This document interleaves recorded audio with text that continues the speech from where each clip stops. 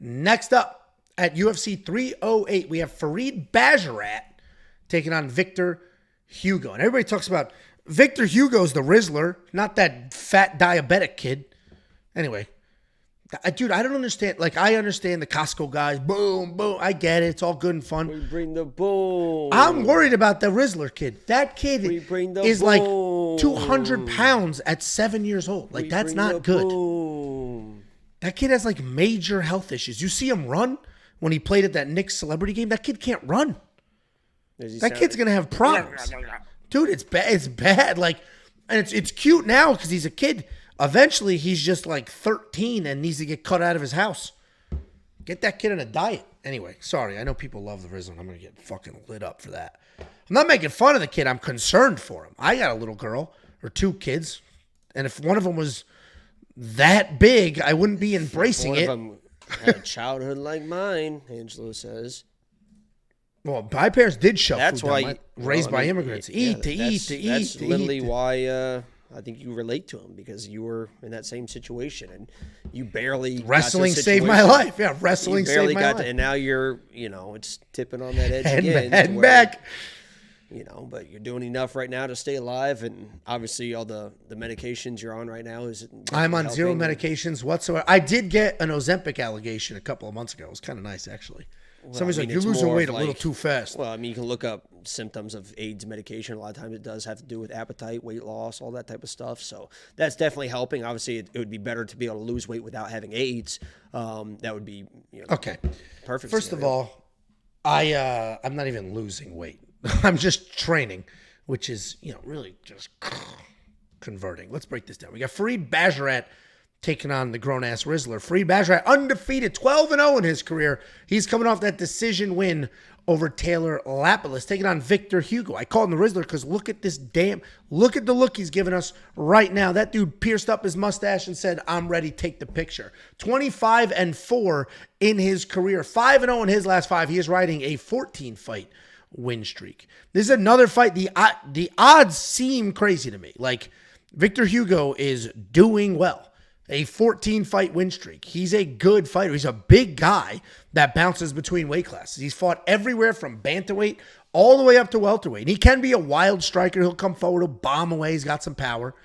And just like that wild, aggressive striking, he'll be wild and aggressive on the ground. He'll chase submission. He'll chase takedowns. Even if that means losing a position. He's coming off a win in that UFC debut where he actually was surprisingly, uncharacteristically patient, calm, had clean striking, but he did spend a good amount of time against the cage. Taking on Farid Basharat, one half of the Basharat brothers. Well-rounded guy, good solid wrestling, good striking as well. He's got that loose stance, that taekwondo stance, where he'll bounce in and out and stay mobile. Constantly working. You got plenty of room back there. Just kind of show us what kind of a karate or taekwondo stance would look like compared to just a regular stance. Well, push the chair back up if you don't mind. Okay. You got plenty of room. So let's just show like a typical boxing stance first. This is first the taekwondo. Okay. Now do maybe a karate stance. What's the difference between like a taekwondo and a karate? No, push the chair back there still. No, we're done. I'm breaking this fight down. What's the difference? One really peaked in the mid-90s and the other one in the late 80s. Hey! That's the you're doing Japanese sounds. Those are not Japanese martial arts. Either way, Farid Basharat has that taekwondo stance, but also very, very good wrestling. Angelo's not on the second floor, someone said. The kids just woke up. He's coming off that decision win over Taylor Lapilus where he had... alert on my phone. Holy, what the fuck does this say? Oh, yeah, here we go. The Richter scale. Shit. Here we go. Oh, my God. Yeah. Small earthquake measured north of Dallas. Seek shelter immediately. Yeah, okay. My God. Did the internet go out? Farid can wrestle and strike. He's supposed to fight at UFC Saudi Arabia, but he pulled out like what Jacob's father should have done. When Javid, Farid's brother, lost, I was ready to just screw both these guys. The Basharat brothers, they're not dangerous. They don't go for it. They just want to point fight, dance around, maybe wrestle every now and then. But I'm coming around on Farid because he's more willing to wrestle. Less dancing, less engagement. He is more willing to actually come forward and try to win the fight. So I am going to pick Farid here. I'm going that direction. I'm a little hesitant to bet a bunch of money on it because We just don't know how good Victor Hugo is yet, but I think over 2.5 is pretty safe here. What do you think, Jacob? That was deep, huh? Yeah, well. Somebody said fire back. No, I don't. There's definitely a difference between, fun banter. Oh, Angel's got AIDS, he's dying. And then I wish you weren't born. Because that's one of the meanest things I think you could ever say to somebody is, I wish you were not born. I didn't say I wish. You should have not been born, is what you said. I just said your father should have pulled out, but you have a sibling. Maybe I was talking about that half of the equation. You don't know. Lots of ambiguity. Who do you think wins this fight? And plus, I was adopted. The doctor said a lot of times, especially when they know the way I act, the way I think and stuff, the doctors started questioning whether it was more of a divine intervention type birth. They don't know where your mom's a virgin. Father is. Yeah. They don't know who the father is. I just showed up one day. I couldn't be not from this planet. Sometimes I get feelings and thoughts as if I'm not one of everybody else, right? And I've tried to chase down what that could be.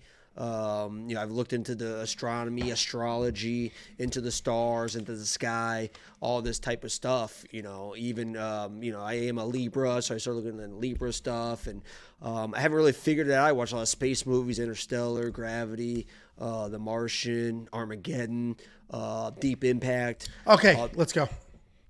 Got it. You like nerd movies. Got it. Come on. And Armageddon's spectacular. One of the best movies of all time. But continue, please. No. Come on. Just to hear guys, you hear me trying. I'm trying. I can stay lost in this moment forever. Come on. Every moment staying with you is a moment I treasure. Don't want to close my eyes. Don't want to fall asleep 'cause I miss you, baby. And I don't want to miss a thing.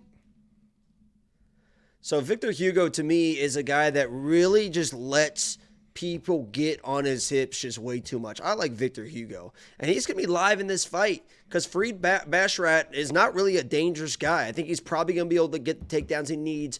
But every time he's in that closing the distance situation, Victor Hugo's got real power and can throw some really unorthodox shots. When Farid is getting those takedowns, he's got to be looking out for all sorts of wild submissions for Victor Hugo. I wouldn't be surprised if we saw a couple ninja choke attempts, some sliding through, rotating through for the knee bars and the heel hooks, all that type of stuff. I think Victor Hugo is going to be kind of live the entirety of this fight, but Farid should be able to he's got the striking that's good enough to stay safe, and he knows how to get those takedowns. And if you watch Victor, he was lucky in that last fight that guy he fought was only on about 3 days notice because that guy ended up getting tired, and Victor was able to take over that fight. If he didn't get tired, he's basically controlled against the fence the entire time, takedowns or not. He was still controlled, I think, for almost 7 minutes in that fight, so He's got to keep Farid off his hips. I don't think he's going to. Farid should win this fight, but I do have a little bit of action on the Victor side because I think if anybody's going to finish a fight, it's going to be Victor in a weird way. So, yeah, I agree. But neither Basharat are very dangerous. Jabit is a little bit of a bitch. Yep, and that was that loss was brutal to watch. Just the not going for it. And the conscious decision, the point fight, is brutal. I understand if you're trying to win a fight, but not everybody has power. Sometimes your opponent is dangerous. But literally when the game plan is to point fight, like my game plan is to come out here and win a precise 15-minute. That's so annoying to watch. And it's hard to back those people with your money because you want somebody who's going to go out there and try to win that fight every minute of the fight, not just try to steal seconds here and there. Yeah. But Farid isn't as calculated, if you will, as Javid is. And Victor, I saw some people, I think in the Discord, made the comparison of Farid's already fought somebody like Victor in a Clayton Rodriguez, which is kind of right because Clayton's also a very dangerous guy. But I think Victor's a much more durable type of guy than Clayton. I think he's going to be able to stay safe and be a little bit more alive the entire fight. Uh-oh. Yeah, we're both. Why'd you say uh-oh? I think the singing kind of took another chunk out of my voice here. So there you go. Well, The sickness is upon me. $9,600 for Farid Basharat? No way. Not doing it. Even if he does have a wrestle-heavy game plan, he's got good control. So you're going to get a couple of takedowns out of him. You're not going to get 5, 6, 7, 8, 9, 10. Yes, he had 5 in his last fight, but Lapalus has a much better get-up game than Victor Hugo has. So I am going to pick Farid Basharat. I'm not going to spend the $9,600 in DraftKings Fantasy. I think there's better spots. But if you do want to unlock every single pick, every single bet, the artificial intelligence that we have that's picking fights based solely off of historical data, WeWantPicks.com. Click Become a Member. It's freaking $10. That's going to get you 4 events, which will include UFC 309, which is the John Jones fight card. $10 super chat from Seth Otto. Prayers up for Big Ange. We're all praying for you. Saint Aloysius Gonzaga is looking out for you, and so are we. This is serious, and I'm sorry to hear that AIDS has now gone terminal. You got this. Listen, I appreciate you. AIDS is not, I don't have it. That was a rumor started by my co-host. $1.99 from Luis who Ange was the boy that ate chocolate. Do you know who that Aloysius Gonzaga is? Nope. Aloysius de Gonzaga was an Italian aristocrat who became a member of the Society of Jesus. While still a student at the Roman college, he died as a result of caring for the victims of a serious epidemic. Sounds like a great guy. He was in he's in my corner. Saint. And he's in my corner.